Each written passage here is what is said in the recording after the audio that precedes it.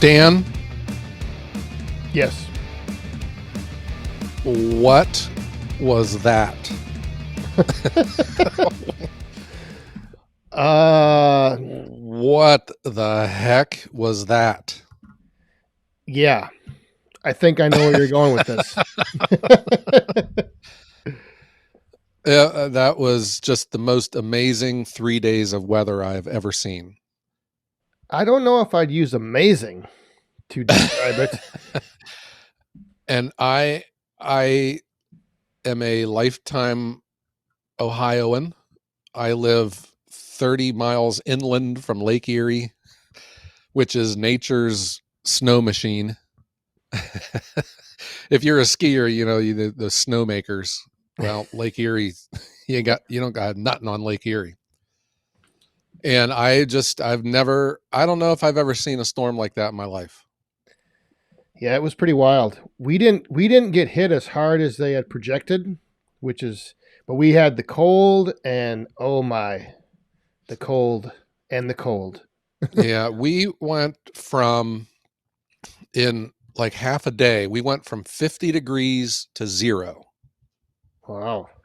And if I haven't looked yet because I can't tell, but if all my shingles are on the roof of my house, it'll be a miracle.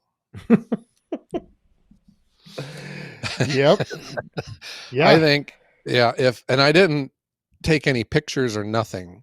I didn't do any videoing, but the best way I could describe to someone that didn't experience this is to get a sheet of printer paper and then just turn it sideways. And put it right in front of your face. That's what it looked like. I've never seen the wind and the cold and the snow. And it wasn't like if it wasn't snowing, it was just like this grayness that just hung over everything. Yep. The dark cloud of just looming and glooming over. Like I said, we had a little bit of wind that brought the temps down, but we didn't have that sustained driving wind and the gusting wind. We didn't have any of that. So the wind lasted 2 entire days here. Wow. It was weird. When I would go out to the furnace, I would tell my wife, she had to keep an eye on me because gee whiz, I didn't know if I'd be able to find the house on the way back. Tie a rope around your waist. I saw Pa Ingalls do that in an old Little House on the Prairie episode where he was in a blizzard and had to go out to the barn he was going to kill the horse to eat it because they were starving to death, and he had to tie a rope around his waist so he could find his way back to the house. That's what it was like here. I mean, it was, and then it's a miracle our power didn't go out, but we were ready, and we had power outages all over the place. And just your power going out when it's 0 outside. Oh, yeah. And I saw that there was a big pile up on the interstate down there in Ohio. Yeah. So in Ohio, we take pride in our turnpike. It never closes. And it closed.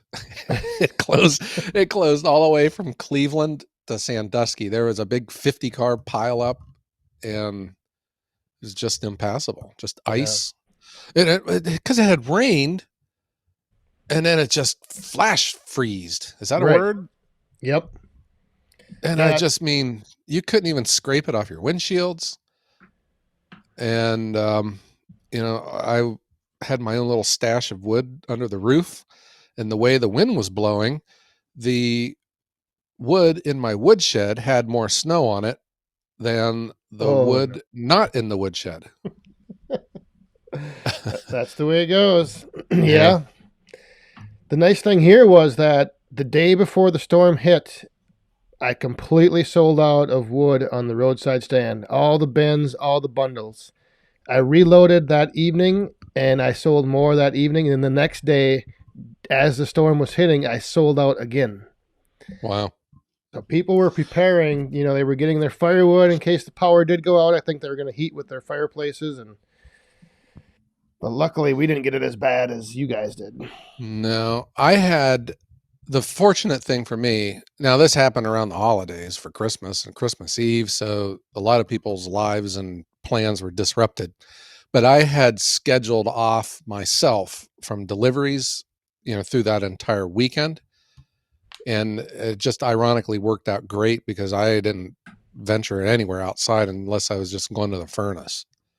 So there was no firewood going on. I wasn't making any, and I wasn't delivering any. And I tend to complain about the weather on my YouTube channel, No. and it's usually with the heat and the mud and all the rain. But oh my gosh, I don't know where that temperature line is, but we crossed it this week. There's no way I'd have gone outside and made wood in that cold weather. No way. See, that's I'm the same way. The cold for me, just I can work in the heat, because you can always take a break to kind of cool down. But this cold, I mean, we were at 36 below for the feels like temperature. Yeah. And that's cold. That is way too cold. Mm-hmm. I think probably the weather phenomenon that I hate, that I like the least, is wind. It disorients you. And the noise, it's just, everything is just, I can't stand the wind. Yeah, I don't know. I think the cold for me, even though I live in Wisconsin. Uh-huh. I've noticed I've changed as I've gotten older. I don't know if you were. When I was younger, I was impervious to heat. Oh. And now I get dizzy pretty fast in the heat. Cold, I think I can still handle the cold. I've noticed in the wintertime and the deep of like late January, February, I'll go out to my furnace in shorts. I'll have my coat on and my gloves and stuff, but I'll just go out in the shorts. But I can't do that in early winter because I just haven't adapted to it. Oh, but man, that week with the weather, I was thinking I picked the wrong career. But but think about like the people that still had to go into work on Thursday, Friday, and that's what I used to do. I used to drive 1 hour to Cleveland every day. Oh man. Ironically, my job was I would drive 1 hour to Cleveland to send a text message to a person sitting 10 feet from me. So I'd have to risk my life on the roads and all this snow and ice, to do that. Yeah. And then, and then if you're driving during, some people will, take the days off or whatever, but like my cousin was driving home from Wyoming and he actually got stranded in a snowdrift for 9 hours. During he decided to keep driving. Him and his buddies were out there snowmobiling and they were driving home and there was a couple big drifts and he tried to drive through one and got stuck and had to wait for 9 hours in his vehicle for the snowplow to finally come through. And that would not be fun. And that's just where I would, I wouldn't even try. I wouldn't even be driving. I don't know what he was doing, but crazy stuff. Yeah. But what a way to lead into our New Year's, our New Year's 2023 episode. Right. The final episode of the year. What band was it? Stone Temple Pilots that said so much depends on the weather. And our enjoyment. So, going into New Year's Eve now, this year, we're scheduled to be back in the 50s again. Yeah, we're supposed to be in the 40s. Yeah, we have 50s New Year's Eve and New Year's Day. Wow. Come on, man. And we were, minus something. It didn't matter what the temperature was anymore because, the wind was just, gosh, I've never seen the wind blow like that, especially in the wintertime. Just constant for days. Just amazing. Why are we still talking about the weather? I don't know. I'm looking forward to this warm up that we're supposed to be getting here before the end of the year, but that is a good way to start the new year. Yes. The problem though for firewood is when it warms up like this and you got the mud. Yep. I was just outside today moving some logs around the ground. It's just frozen like a rock. That is the benefit of cold weather. The logs weren't froze into the ground, were they? No, they had, honestly, we didn't get much snow, but so like the tops of every log has snow on it, but it is just so cold that you just pick it up and it all falls off. Yep. You know, it doesn't, it's not like frozen onto it like ice or wet, heavy snow that'll stick to it. Yeah. Yeah, my wood yard is buried in snow. So I've got a Yeah. little snow moving to do, and then I've got to get back to doing some splitting. I haven't split wood for I don't know how long. This cold weather and the snow is, I got like cabin fever. Hmm. I think that's what I want to get done most during this cold weather is splitting because, you know, you work up a sweat and that limits the amount of time you can do it in the summer. But like right now, I just need a few more degrees to where like it doesn't rip the skin off my face when you're like standing out there in this cold. But we can get some splitting done, you know, get some wood Yeah, made, get it stacked up, and be productive in some way. right. You know, the one thing I always was curious about, and I don't know the answer to this. I don't know if you know the answer to this. Maybe somebody out there knows the answer. When you split wood in the winter, does it start seasoning, or does the water, the moisture inside the wood, is it frozen? So it won't really season until it warms up. I have some experience with this. I have seen wood season in the winter, but I think, you know, it's probably self-evident. If it's frozen, the water is not going to come out. Right. Because I'll get, you know, like there'll be a puddle from like a little, like melting off our car in the garage, and that water won't evaporate very well in the winter. You know, it Yeah. sits there and sits there and sits there. So I'm always curious, like if splitting wood in this winter, if you actually, you know, if you really get ahead, like you split that piece of wood, does it really start to season, or does it wait till it warms up? Yeah, I'm sure that so this is a testable hypothesis. We could do a study on this, and I'm sure probably it's already been done and it's out there somewhere to be found. I just don't know what the answer is, but I just do know from experience that it can season in the wintertime. It just seems like the best conditions is sun, heat, and wind. Right. Because I've heard that in the winter is the best time to like fell trees and cut trees down, because all the sap and all the everything's down in the roots. You know, it's not in the tree. And I don't know how much truth there is to that either, but Mm-hmm. it's just Yeah, I curious. don't know You either. know, Yeah, I think all of this is probably knowable. But you know, Dan, that could be a good direction for our podcast to take going into the new year, where if we find or know of industry experts, I think we invite them on and we have a show and we interview them. I like that. I like that idea. Yes, I think that'd be a good little addition to the show. Yeah, it wouldn't have to be like, you know, a manufacturer or something. It could be a college professor or, you know, a long time business owner that just has a lot of experience that they're willing to share. I could reach out to some people who comment on my channel, because they are all experts. So we could maybe find one or two. We had a high school basketball coach, or you know how high school basketball can get super competitive and some towns are just rabid. And one of the towns in our area that's just notorious, the high school coach quit, resigned, and the newspaper, it was a big story. The newspaper interviewed him and he said that this school will be in very good shape because of all of the coaches that sit up in the bleachers, he said. Oh no, but I was just joking about that. If anybody listening leaves comments on my videos, but yeah, I like the idea of having a couple people on here and get, you know, just for those topics like that. I mean, I think there's obviously people out there in the industry, either forestry or even, you know, Mm-hmm. firewood producers who know answers to those questions. And Stove manufacturers.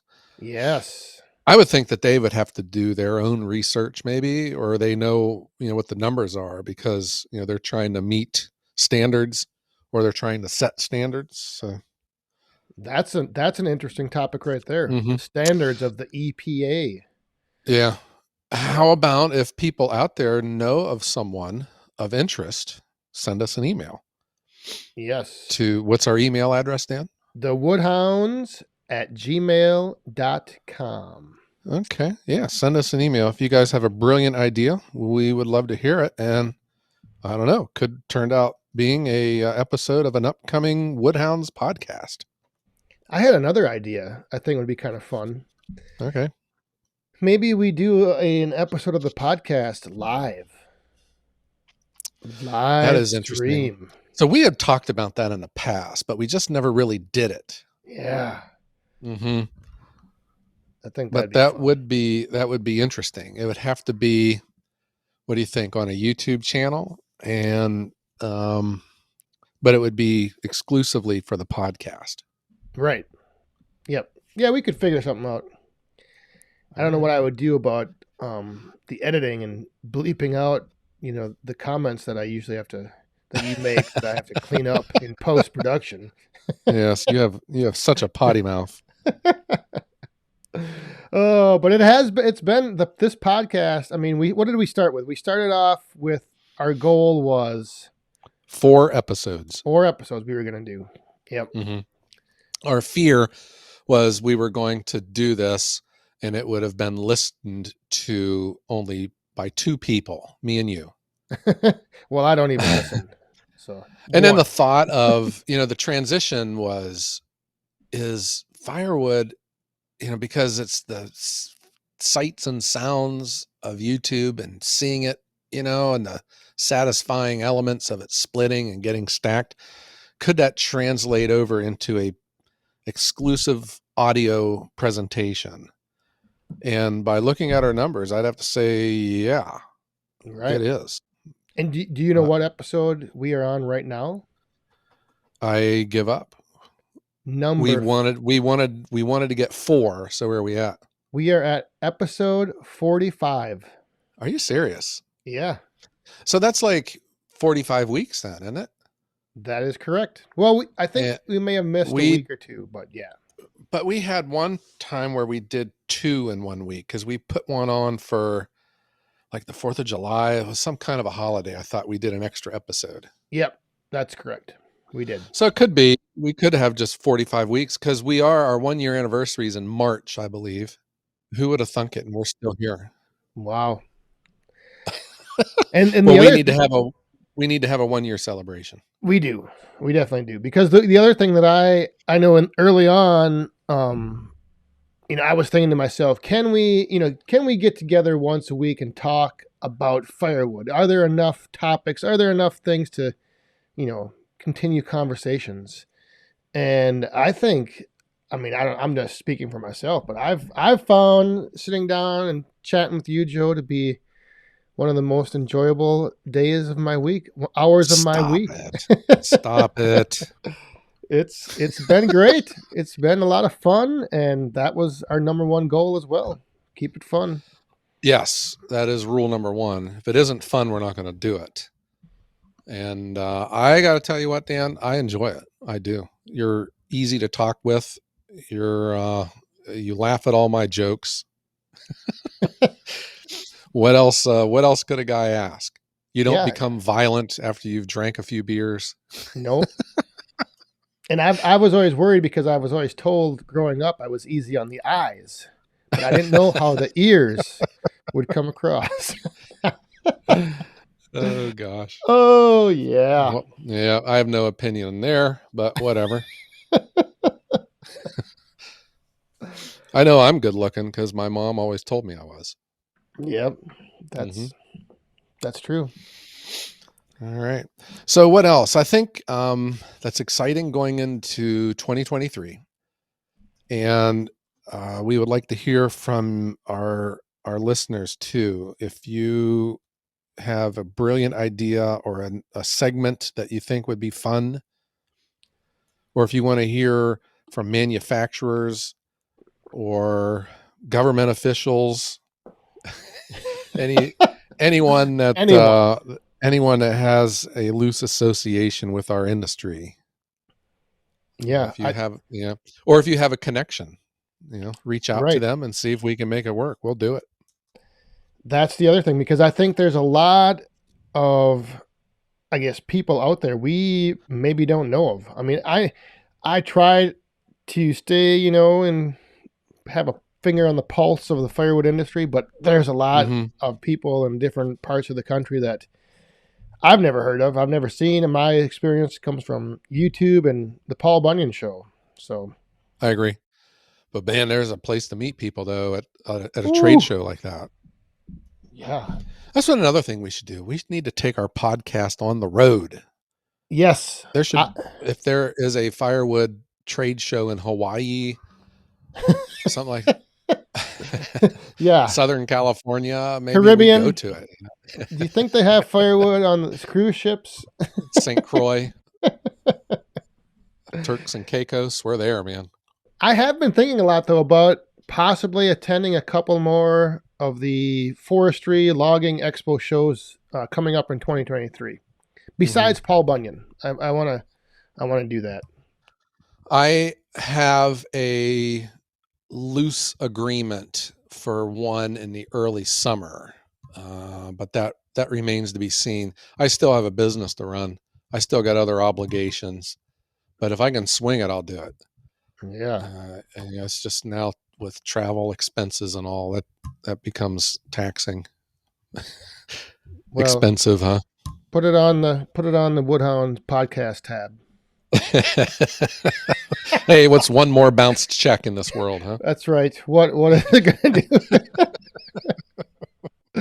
But no, I think that because I've heard that, like the Paul Bunyan Show I've seen everything there, but I've talked to people who have been to other shows who say they're a little bit different. And some, like there's a show in Boonville, New York, that's more firewood oriented. I guess part of it. I'm not for sure, but that's one show I'm planning to go to is Boonville. Oh, wow. Yep. Well, I'll have to look into that one too. I can hitch a ride with you.